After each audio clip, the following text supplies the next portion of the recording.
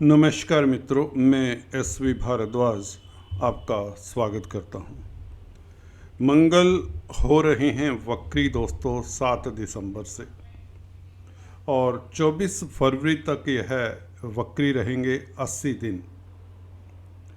जैसा कि आप देख रहे हैं हमारे इस टाइटल में उलटफेर की संभावनाएं बहुत प्रबल रहेंगी।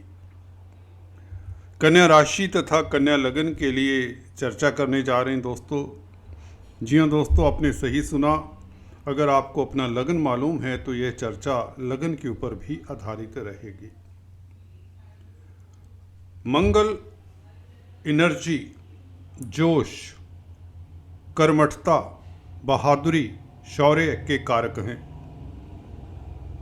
मंगल जैसा प्लेनेट जो पहले से ही कमज़ोर स्थिति में है, क्योंकि नीच की राशि में है, परंतु है 11वें भाव में। ये सुखद बात है। लाभ स्थान में ग्रह कितना भी कमज़ोर क्यों ना हो और अशुभ हैं, बेसिकली देखें तो मंगल नैसर्गिक अशुभ ग्रह हैं,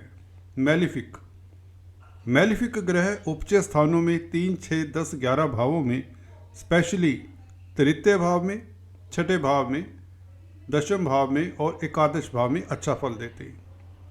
यहाँ पर कमज़ोर होने के बावजूद भी मैंने अक्सर पाया है बहुत ज़्यादा कमज़ोरी नहीं होती। फिर भी कमज़ोर तो कमज़ोर है, हम इसको नकार नहीं कर सकते। और अब कमज़ोर ग्रह वक्री भी हो जाए। अब वक्री ग्रह के बारे में जो धारणाएं हैं, जो प्रचलित धारणाएं हैं, देखिए शुभ ग्रहों के बारे में ये मान्यता बनी हुई है, एक सिस्टम बना हुआ है कि शुभ ग्रह केंद्र त्रिकोण में स्ट्रोंग हो जाते हैं, अच्छा फल देते हैं। शुभ ग्रह जब वक्री होते हैं और अशुभ ग्रह जो वक्री हों तो उनकी अशुभता बढ़ जाती है। काफ़ी हद तक सही पाया है, परंतु जो भी ये प्लैनेट होते हैं जैसे कि शनि हैं जब वक्री हों या गुरु वक्री हों, तो मैंने ये पाया है कि ये विलंब का कारण बनते हैं, कार्यों को डिले करवा देते हैं, गतिरोध का कार्य बनते हैं। बने बनाए कार्य, चलते हुए कार्य भी रुक से जाते हैं, स्लो हो जाते हैं। बस इतना वक्री पीरियड का मैंने प्रभाव देखा है। यहाँ पर मंगल का वक्री होना, और ये मंगल दोस्तों 11वें भाव में शुक्र के साथ दृष्टि संबंध बनाए हैं, समसप्तक योग कहें इसे। शुक्र आपके लिए योग कारक जैसी भूमिका निभाएंगे, क्योंकि भाग्य स्थान के और धन भाव के मालिक हैं। संबंध हो जाता है तृतीयेश और अष्टमेश के साथ। इसका क्या प्रभाव, इसके ऊपर टिप्पणी करते हैं। और मंगल शनि को भी देखते हैं अष्टम दृष्टि से, तो 6-8 की स्थिति में है मंगल शनि। ये क्या प्रभाव डालेंगे इस अवधि में, इन 80 दिनों में, 24 फरवरी तक, जब तक मंगल वक्री रहेंगे और नीचगत राशि में रहेंगे। इस बीच आपको बता दें मंगल वक्री चाल से चलते हुए मिथुन राशि में भी आएंगे और गुरु का प्रभाव यहाँ पर पंचम भाव के ऊपर भी रहेगा जहाँ पर शुक्र हैं, और मंगल का प्रभाव भी पंचम भाव के ऊपर है। तो पंचम भाव के ऊपर शुक्र, मंगल और गुरु का प्रभाव रहेगा इस वक्री पीरियड में। तो शुक्र हालांकि आगे निकल जाएंगे 28 दिसंबर को। तो मंगल और गुरु का प्रभाव कैसा रहेगा पंचम भाव के ऊपर, दोनों की दृष्टि रहेगी। गुरु की नवम दृष्टि है पंचम भाव के ऊपर, इसको भी जानते हैं। पहले हम बात कर लेते हैं मंगल की दृष्टियों की और मंगल के प्रभाव को जानने की चेष्टा करते हैं। देखिए मंगल द्वितीय भाव को देखें, पहले दृष्टि की बात कर लें, फिर 11वें भाव के में होने के कारण कैसा प्रभाव होगा।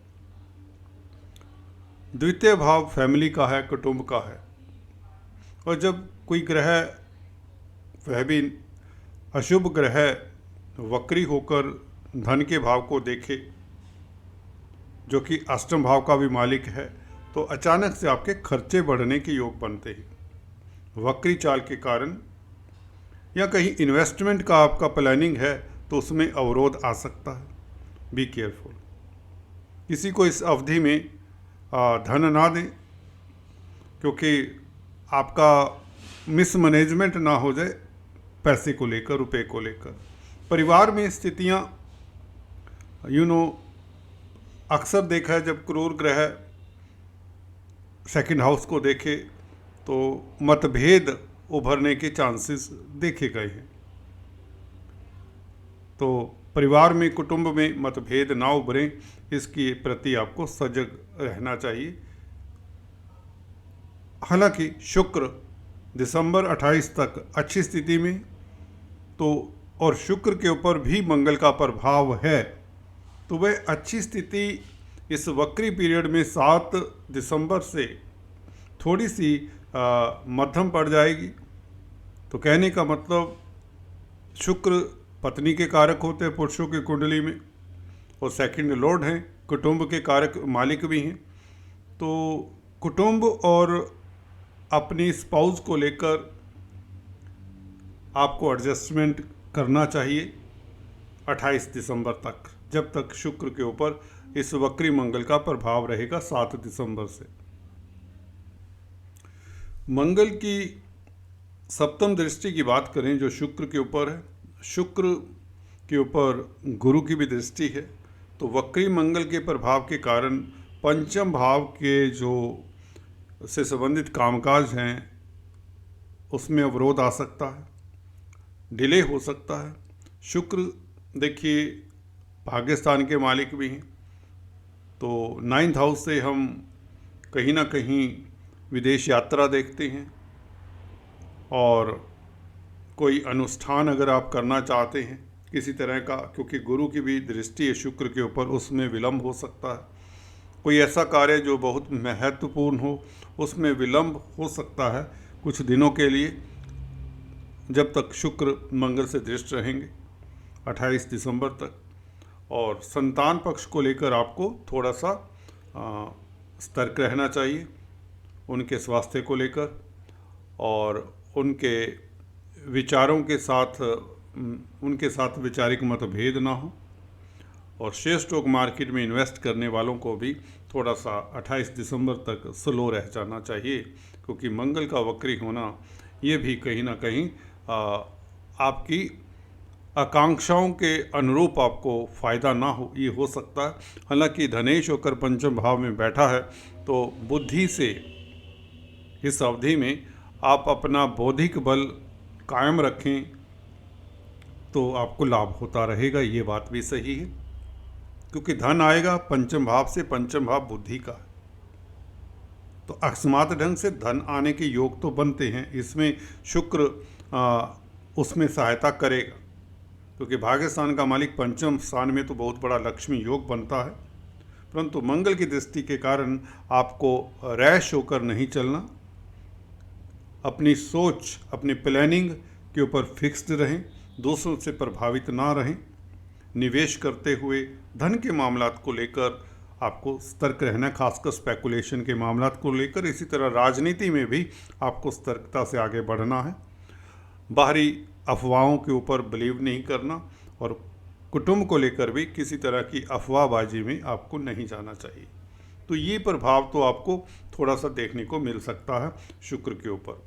परंतु कुल मिलाकर शुक्र भाग्यस्थान का मालिक पंचम भाव में, तो भाग्य का साथ तो रहेगा, दैवी कृपा रहेगी। पंचम भाव पूर्व पुण्यों का है, तो यहाँ पर शुक्र शुभ प्लैनेट हैं, तो अल्टीमेटली शुक्र कहीं ना कहीं आपका साथ देंगे, दैवी कृपा तो रहेगी। शनि से षडाष्टक बन जाता है, या अष्टम दृष्टि कहें शनि के ऊपर मंगल की, तो क्रूर ग्रह छठे भाव के ऊपर पूरा नहीं होता, कोर्ट कचहरी में फतेह के योग तो बनते हैं। हाँ, शत्रु या प्रतिद्वंदी उछल कूद करेंगे इस अवधि में, परंतु आप की जीत निश्चित है, क्योंकि शनि आपके लिए योग कारक है, और शनि के ऊपर मंगल का प्रभाव आपके लिए विपरीत राजयोग का कार्य करेगा, क्योंकि शनि छठे भाव के मालिक हैं, मंगल अष्टम भाव के मालिक हैं। तो शनि के ऊपर मंगल की दृष्टि कोई बुरी नहीं है, अकस्मात ढंग से आपको सफलता मिल सकती है, सफलता की ऊंचाइयां आप छू सकते हैं। इस अवधि में यात्राएं होंगी जिससे आपको लाभ होगा। और गुरु की दृष्टि शुक्र के ऊपर, ये हमने पीछे भी बात की, बेहतर रहेगी। गुरु आपके लिए सुख भाव के मालिक हैं, भाग्य स्थान में, तो आपको सुखी होने का राजयोग बना रहे हैं। पंचम भाव के ऊपर गुरु का प्रभाव आपके लिए बेहतर ही रहेगा और आपको कहीं ना कहीं पंचम भाव के सुख भी देते हैं। तो गुरु का अगर प्रभाव नहीं होता तो मंगल का वक्री होना पंचम भाव के लिए घातक भी हो सकता था। यहाँ पर गुरु का प्रभाव और शुक्र की स्थिति मित्र क्षेत्रीय होने से स्थितियाँ आपके लिए बेहतर ही रहेंगी। कुल मिलाकर आपको लिए थोड़ा सा सतर्क रहने की ज़रूरत हो सकती है 28 दिसंबर तक। जहाँ तक परिवार की बात है, धन के निवेश की बात है, बच्चों की बात है, संतान की बात है, या अपनी शिक्षा की बात है, छात्र हैं तो हायर स्टडीज़ में अवरोध आ सकता है मंगल के वक्री होने के कारण। भाइयों के साथ अगर 11वें भाव में मंगल की बात करें, 11वां भाव भाइयों का भी कह सकते हैं, मित्रों का कह सकते हैं। मित्रों के साथ संबंध विच्छेद ना हो, भाइयों के की स्वास्थ्य का ख्याल रखें, खासकर बड़े भाइयों का, बड़े भाई बहनों का। बड़े भाई बहनों के साथ मतभेद ना हो, क्योंकि परिवार के भाव के ऊपर मंगल की दृष्टि है, कुटुंब के भाव के ऊपर, तो भाई बहनों के साथ बना कर रखें। इस तरह की स्थिति बनती है। तृतीयेश भी हैं, तो छोटे भाई बहन हों या बड़े भाई बहन हों, मंगल 3rd हाउस के भी मालिक है, जो छोटे भाई बहनों का भाव होता है। तो इस अवधि में यात्राएं ना करें जो इतनी आपके लिए लाभदायक नहीं होंगी। छोटी बड़ी यात्राएं जरूर होंगी परंतु अवॉइड करें। कुल मिलाकर कुछ इस तरह से प्रभाव देखने को मिलेगा। मिला जुला प्रभाव कह सकते हैं, मंगल का वक्री होना और नीच का होना। परंतु 11वें भाव में मंगल, फिर से बता दें, इतने बुरा फल नहीं देंगे, क्योंकि उपचय स्थान है, क्रूर ग्रह हैं, तो अल्टीमेटली कहीं ना कहीं आपको फ़ायदा भी होगा, कहीं ना कहीं आपको लाभ भी होगा। जैसे शुक्र पंचम भाव में है, गुरु से दृष्ट हैं, और मंगल की दृष्टि के कारण हल्का फुल्का आपको सतर्क रहना। आज इतना ही, फिर से मिलेंगे, तब तक के लिए stay tuned. Thanks for watching this.